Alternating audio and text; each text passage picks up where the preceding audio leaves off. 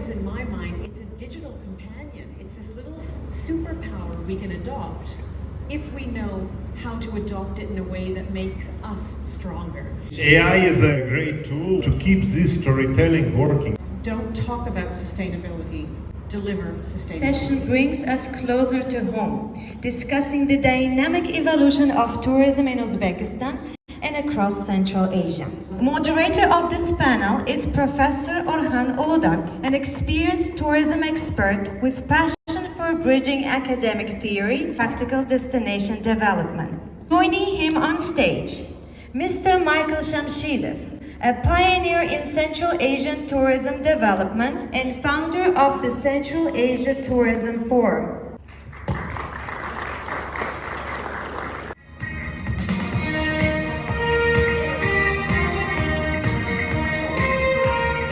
Ms. Anita Mendiratta, Global Tourism Advisor and trusted voice at the UN World Tourism Organization, whose work has guided nations through crisis and recovery.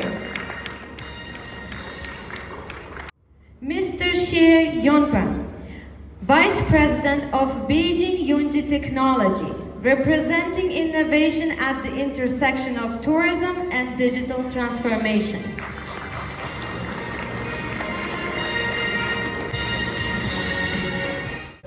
Good afternoon, everyone.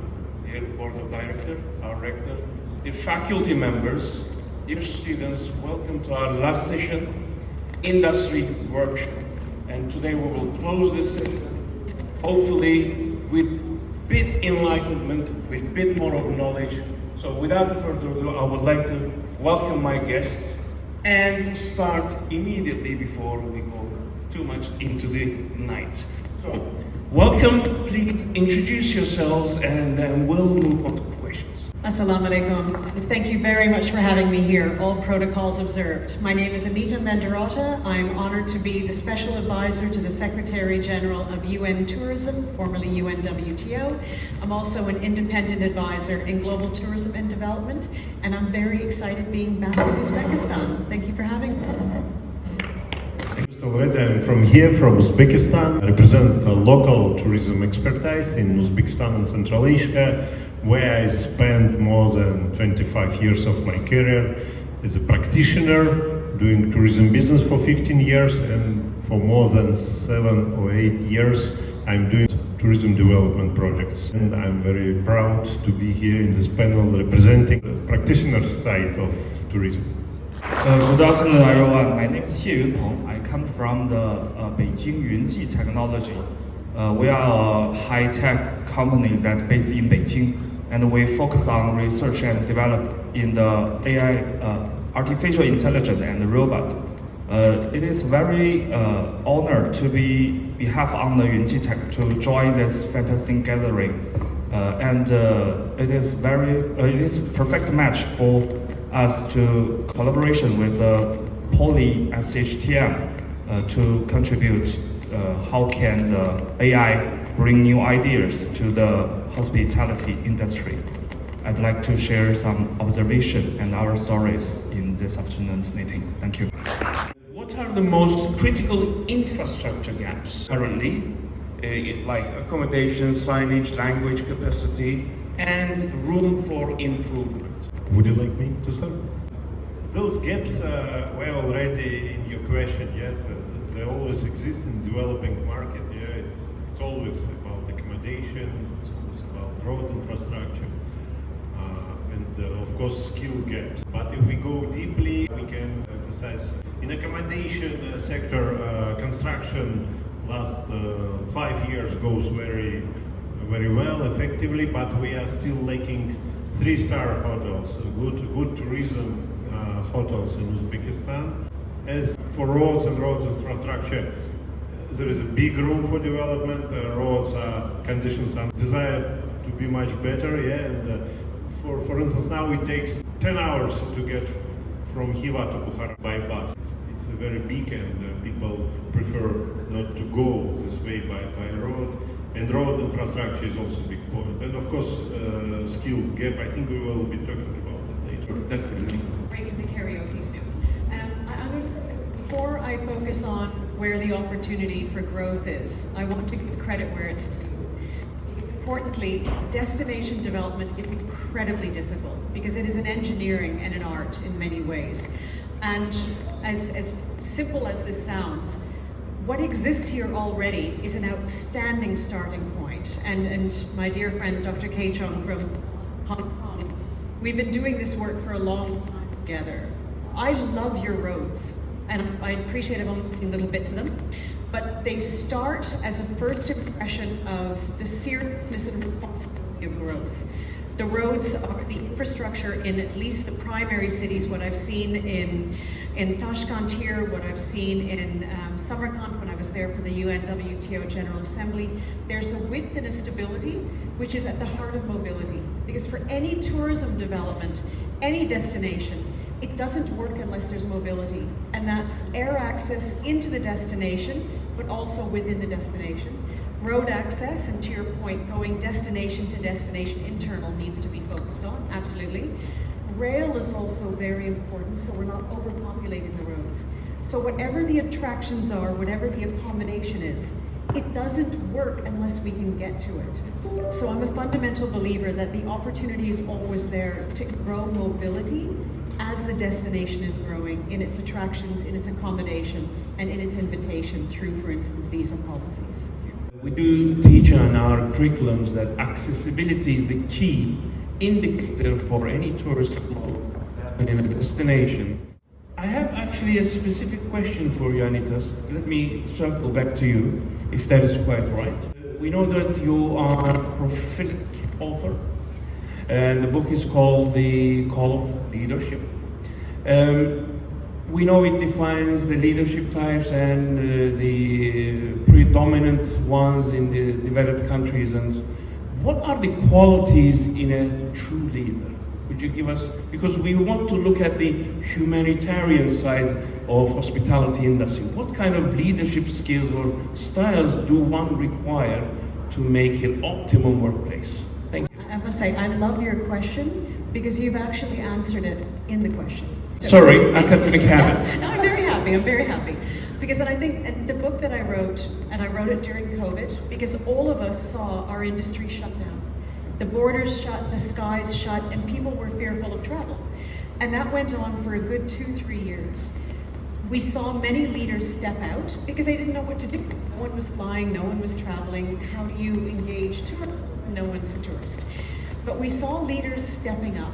We saw leaders who couldn't but work to open up airports, open up skies, open up hotels, open up the industry. So for instance, the Secretary General of UN Tourism, the first thing that he did was go to the Director General of the WHO, the World Health Organization. Because COVID wasn't a tourism crisis, it was a healthcare crisis.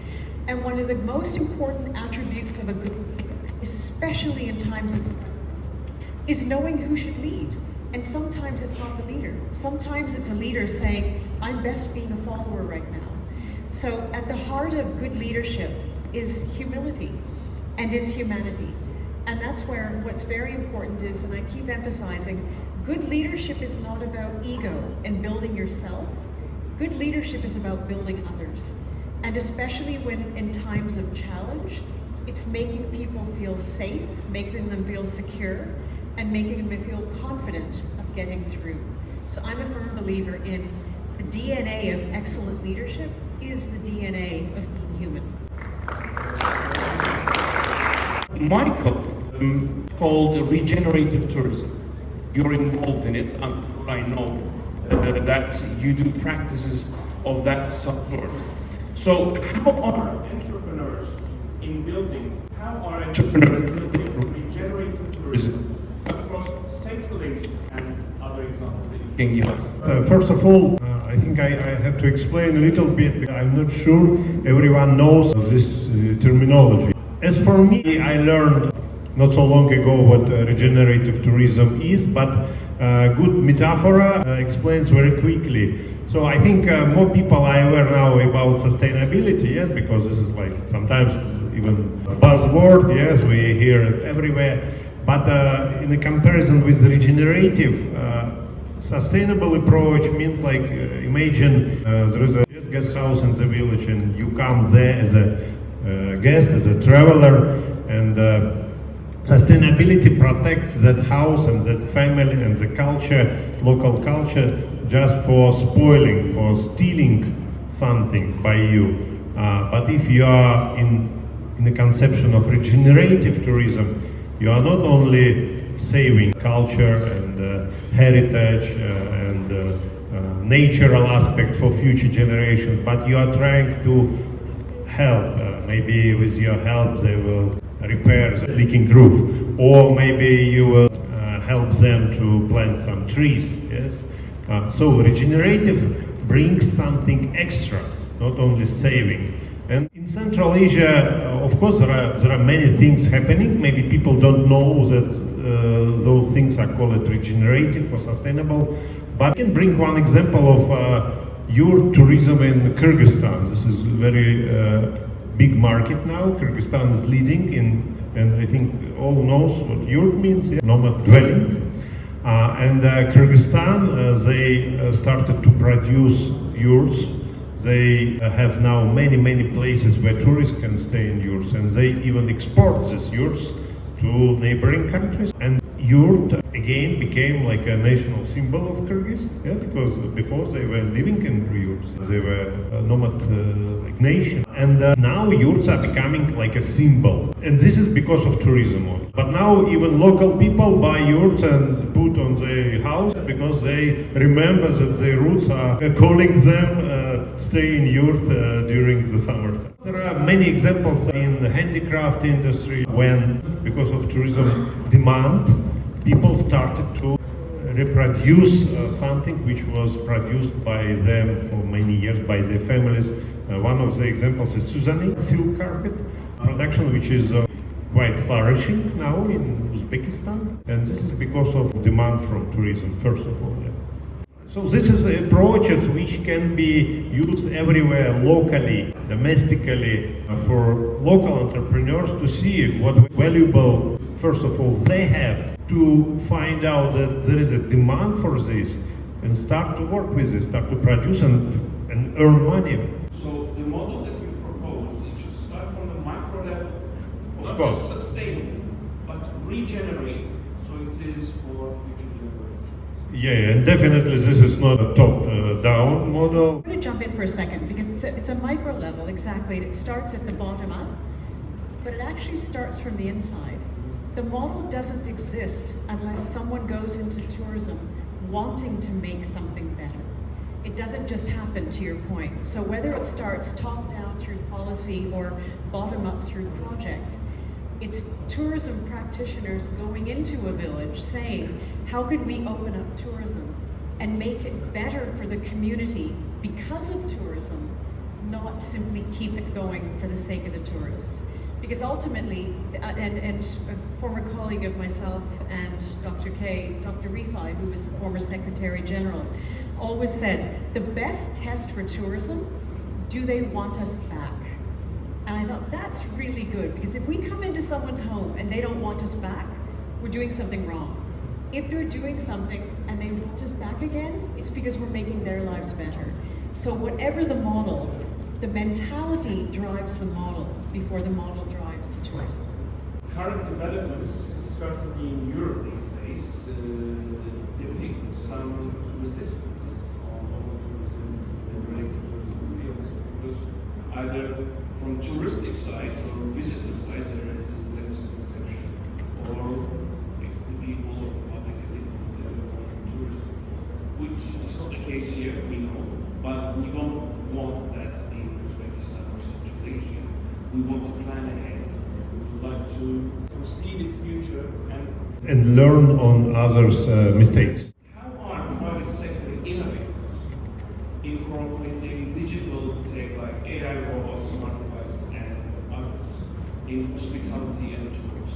And do you believe in some day that this will be rather than single individual techs to adopt it into a seamless technological models? Thank you. I'd like to say I love your question too. This is a really huge problem that I can only see my understanding based on our observation. Firstly, we thought that the hospitality industry is really traditional and honorable industry as it comes.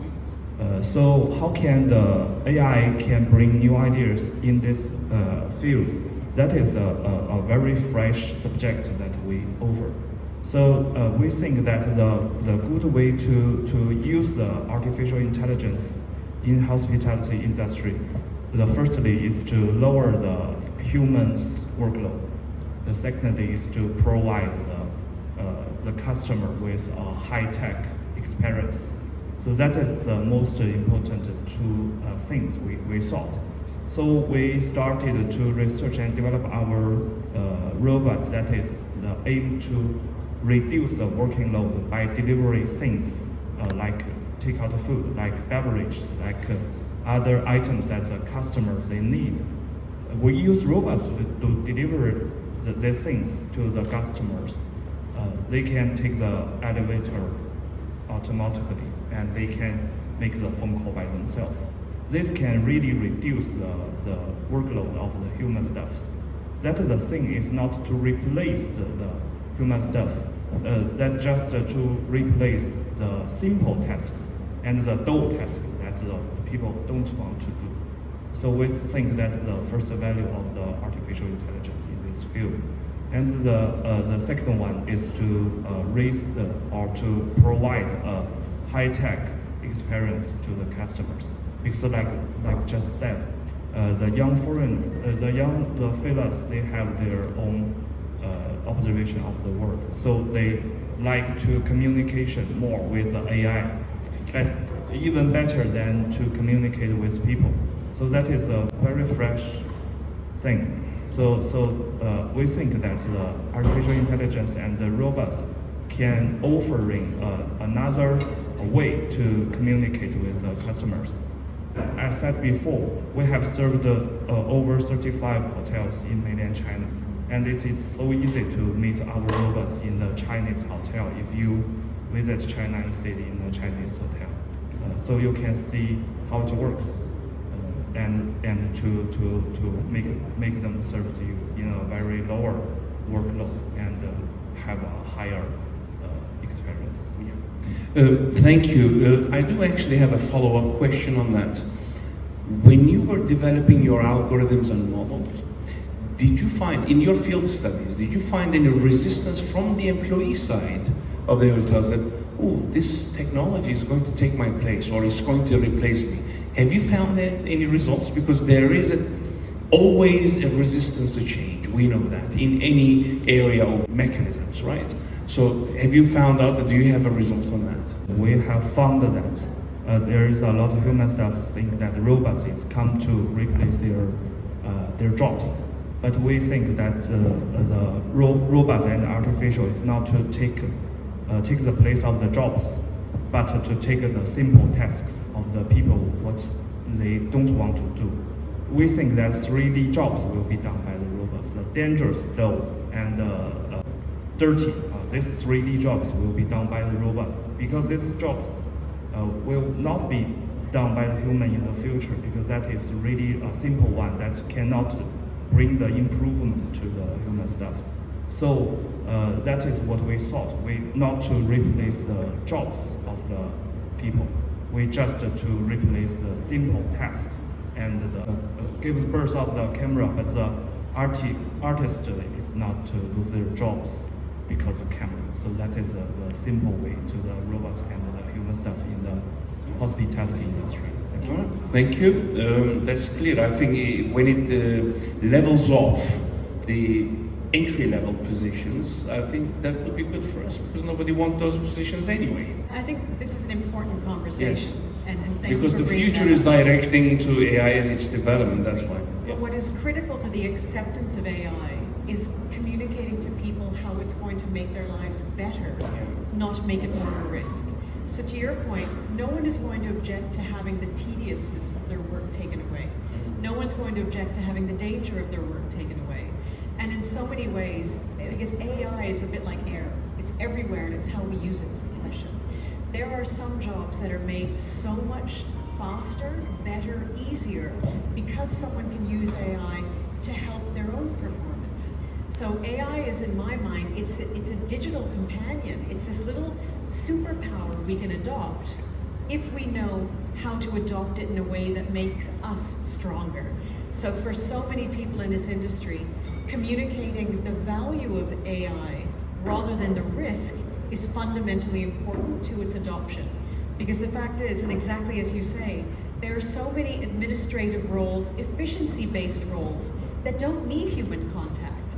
And if humans are being given the time then and the space to do what they love, they can let that stuff go with the greatest of pleasure. But we need to speak about it as an ally, not as a threat. We did a study, we've shown it in OBOROT conference, that emotions don't really play a role in the adoption of the technology, but like anthropomorphism, social influence, and hedonic motivation, psychological enjoyment actually do play a role in adopting specific technology. So that's an output we gave in the conference, and this confirms from what you're saying actually is how we're going to adapt it, where it is going to be utilized. It does make sense. Thank you. Yes, Michael. Of course, AI creates competition for people, but I consider it like a good sign. Yes, good competition. Let's take an example of tour guide. Yes, Uzbekistan is a cultural and historical destination. The role of tour guide here is very high. Yeah, and no AI can substitute the guide, but can supplement. And now people are using AI. Yes, they're checking everything before in AI. They're asking ChatGPT to create itinerary, and the tour guide has to be aware that something else, we call it AI now, yes, some other assistant has already delivered and provided a lot of information for traveler. And AI, in a comparison with guides, will answer all questions which traveler asks, yes, and guides are not always, for instance, the problems, the disease of our guides in Uzbekistan, that they know so much about history. They can tell you like historical facts from hour to hour, but our threshold to accept, if we are regular people, if we are not professors or PhD in history, yes, but the threshold of regular person is like 1 hour, yes, after 40 minutes I get like already sleepy, yes, I can't accept all these facts and information. I want to learn more about what is happening around, about life, about local people, about like system of education, retirement system, this, that. So I'm curious. I came to the new region, to the new country to learn about the country, not only about historical things, but guides, because they were learning, they spent many years to learn all the things, and they have to load all this historical information to the poor traveler. But AI, for instance, I put my request, like I'm interested in half history, half culture, half modern life. Yeah, it will create program for me which will consist of 3 components, but guides. And the same hotel staff, yes, they have to be more empathetic to compete with AI. So this is adopt to its technology. To learn how to become more empathetic to compete with a new competitor. All right. Last question. I would like to end the note and end this session on sustainability. And I want the answers from all of you. What advice would you give to Central Asian countries, specifically Uzbekistan, looking to build strong, sustainable tourism brand? My advice is to embrace the artificial intelligence, to find out what is the value of the human emotions, to use the robots and AI to do the simple tasks by this technology, and to make the advance by the people to give their emotion, motive, and give their wisdom to do the right thing. In Central Asia, we have to utilize our cultural heritage, and this is one of the pillars of sustainability, and we are still not utilizing, not using it properly. It seems like we are cultural and historical destinations, yes, especially Uzbekistan, but as I mentioned in my previous message, Local tourism industry, I know it from inside, they are more relying on historical component, yes, on what was built and happened in the past, but culture is what is happening right now. So we have not only to be aware of our culture, we have to utilize it, we have to properly pack it, sell it, and make our visitors happy, because they have learned so much about us, about our culture during, say, a visit. And this is one of the important parts of the sustainable approach in tourism. Thank you. Don't talk about sustainability, deliver sustainability. Mm-hmm. There is so much credibility lost around that word because people are talking about being sustainable. What is the opposite of a sustainable business? It's bankrupt. What is the opposite of sustainable wildlife? It's extinct. Sustainability is not an option, it's a life support system. And so my belief is, don't talk about sustainability, do things that enable the business, the destination, the community to remain sustainable. Sustainability is an output, it's not an input. All right, thank you. But because since you're an expert on that, I'm going to ask for 2 or 3 specific examples for Uzbekistan or surrounding countries. You talked about culture and the importance of it. Mm-hmm. The essence of keeping culture alive and keeping culture sustainable, Mother Nature through COVID taught us, sustainability is not blue and green. It's economic sustainability, social sustainability, cultural sustainability, and environmental. Cultural sustainability is not through buildings. It's kept alive through stories. And that's where the essence of keeping the culture alive here in Uzbekistan, tell the stories, tell about the traditions, tell about the communities. Because not only does it keep the culture alive, it unlocks the pride in the culture that exists. That's how you do it, and that costs nothing. AI is a great tool to keep this storytelling working. It helps us very quickly to regenerate stories, yes, to make them, to pack them, yes, and to make them living stories which are translated to visitors. How does Uzbekistan's visa-free travel with China, launched in June 2025 recently, reshapes tourist flows and destination marketing? So could you give us a little bit insight to that? How would it develop? What we're looking for? Thank you. Okay, that is a very good question. We have observed that there's a lot of foreign tourism recently visit China because it's a visa occasion.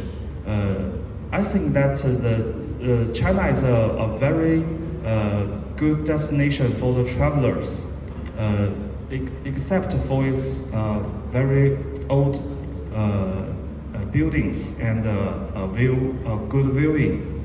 There is another way that you can observation or you can do your reject, or you can to see the beautiful of China. That is the development of the technology.